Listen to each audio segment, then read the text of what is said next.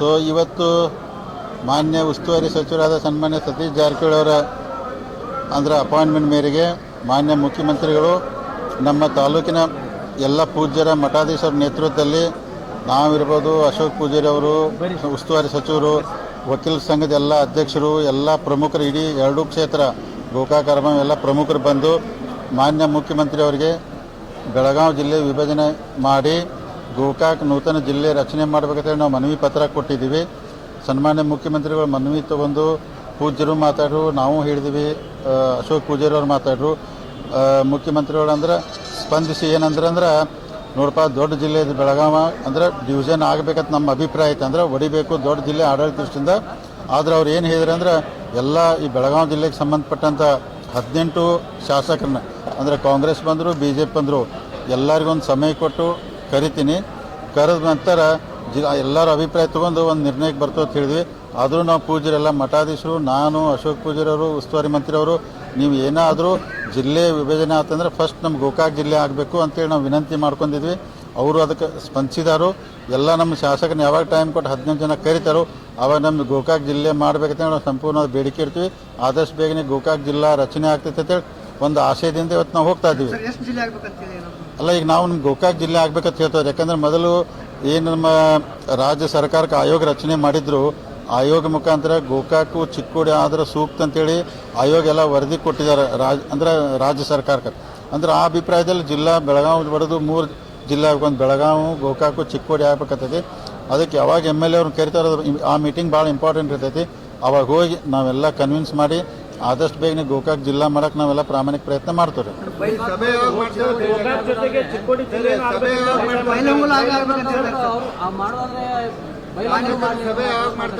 ಅಲ್ಲ, ಈಗ ಒಂದು ಅವರು ಮಾನ್ಯ ಮುಖ್ಯಮಂತ್ರಿ ಸಮಯ ತಗೊಂಡು ಸಾಧ್ಯಾರ ಅಧಿವೇಶನ ಒಳಗನ ಕರ್ಕೊಂಡು ನಿಮ್ಮೆಲ್ಲ ಟೈಮ್ ಕೊಟ್ಟು ಕರೆದು ಆದಷ್ಟು ಬೇಗನೆ ಸಭೆ ಮಾಡ್ತಾರೆ.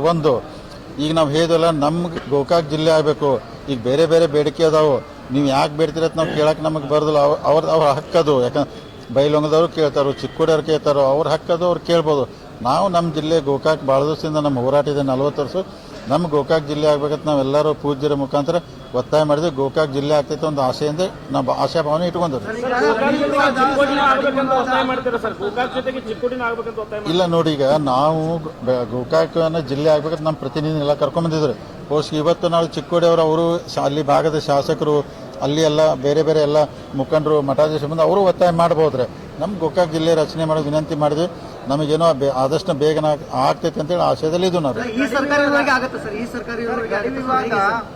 ಗಡಿ ವಿವಾದ ಸುಪ್ರೀಂ ಕೋರ್ಟ್ ನಲ್ಲಿದೆ. ಹಾಗಾಗಿ ಸದ್ಯಕ್ಕೆ 2 ಜಿಲ್ಲೆಗಳನ್ನ ಮಾಡ್ಬೇಕನ್ನೋದು ಕನ್ನಡಪರ ಹೋರಾಟಗಾರ, ಒಂದು ಚಿಕ್ಕೋಡಿ, ಒಂದು ಬೆಳಗಾವಿ ಇರಲಿ ಸದ್ಯಕ್ಕೆ. ಅಲ್ಲ, ಇರ್ಬೋದು, ಅವ್ರ ಅಭಿಪ್ರಾಯ ಇರ್ಬೋದ್ರಿ ಅವ್ರದ್ದು. ಯಾಕಂದ್ರೆ ಕನ್ನಡ ಹಿತದೃಷ್ಟಿಯಿಂದ ಅದು ಅವ್ರ ತಪ್ಪು ಅನ್ನೋದಲ್ಲ. ಖರೆ ನಾವು ಇದ್ದದ್ದು ನಮ್ದು ಹೇಳಿದಿಲ್ಲ, ನೀವು ಡಿವಿಷನ್ ಮಾಡಿದಾಗ ನಮ್ಮ ಗೋಕಾಕ್ ಜಿಲ್ಲೆ ಆಗ್ಬೇಕಂತ ಒತ್ತಾಯ ಮಾಡಿದ್ದಾರೆ. ನಿರಂತರವಾಗಿ MS ನವರು, ಶಿವಸೇನವರು ಕೊಂಡಾಟವನ್ನ ಮಾಡ್ತಿದ್ದಾರೆ. ಜೊತೆಗೆ ಗಡಿ ವಿಚಾರಗಳನ್ನ ಇಟ್ಕೊಂಡು ಪದೇ ಪದೇ ಖ್ಯಾತೆ ತೆಗಿತಾ ಇದ್ದಾರೆ. ಮತ್ತು ಜೊತೆಗೆ ವಿಭಜನೆ ಆದ್ರೆ ಅವ್ರ ಕೈಗೆ ಸಿಗುತ್ತೆ ಅನ್ನೋದು. ಇಲ್ಲ, ಖಂಡಿತ ಆ ಥರ ಏನು ಆಗೋದಿಲ್ಲ. ಯಾಕಂದ್ರೆ ನೋಡ್ರಿ, ಕನ್ನಡ ಮಾತಾಡೋ ಭಾಷೆ ಜನ ಭಾಳ ಇದ್ದಾರೆ ಬೆಳಗಾವಿ ಜಿಲ್ಲೆಯಲ್ಲಿ. ಸುಮ್ಮನೆ ಅದೊಂದು ರಾಜಕೀಯ ಕಾರಣಕ್ಕೋಸ್ಕರ ಆ ಥರ ಮಾಡ್ತಾರೆ ಅವರು. ಅದರಿಂದ ಏನೂ ಆಗೋದಿಲ್ಲ. ಡಿವಿಷನ್ ಆದರೂ ಕನ್ನಡಕ್ಕೆ ಏನೂ ಧಕ್ಕೆ ಆಗೋದಿಲ್ಲ. ಕನ್ನಡ ಗಟ್ಟಿಯಾಗಿರ್ತೈತಿ. ನಾವೆಲ್ಲ 3 ಜಿಲ್ಲೆದಲ್ಲಿರ್ತೇವೆ. ಕನ್ನಡ ಬಗ್ಗೆ ಎಲ್ಲರಿಗೂ ಅಭಿಮಾನ ಇರ್ತೈತಿ. ಅದೇನಿಲ್ಲ, ಸುಮ್ಮನೆ ರಾಜಕಾರಣಕ್ಕೋಸ್ಕರ ಅದು MS ಮಾಡ್ತಾ ಇರುತ್ತೆ ನಮ್ಮ ಭಾವನೆ. ಆದಷ್ಟು ಬೇಗನೆ ಜಿಲ್ಲೆ ಆಗಲಿ ಅಂತೇಳಿ ಒತ್ತಾಯ ಮಾಡಿದ್ವಿ. ಮುಖ್ಯಮಂತ್ರಿ ಒಳ್ಳೆ ನಿರ್ಧಾರ ಮಾಡ್ತಾರೆ. ಮುಖ್ಯ ಆಶಯದಲ್ಲಿ ಇವತ್ತು ಹೋಗ್ತಾ ಇದ್ದಾರೆ.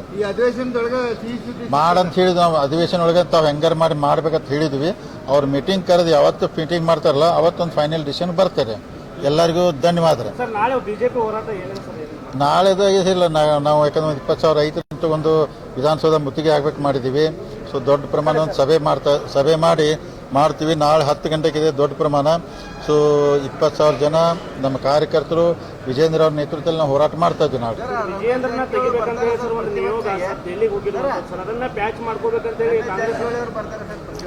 ರಮೇಶ್ ಜಾರಕಿಹೊಳಿ ಬರ್ರಿ ಅಂತ ವಿನಂತಿ ಮಾಡ್ಕೊಂಡಿದ್ವಿ ರೀ. ಅವರು ಬರ್ತಾರಂತ ಆಶಯದಲ್ಲಿ ಇದ್ವಿ. ಬಂದ್ರೆ ಒಳ್ಳೇದಾಗುತ್ತೆ.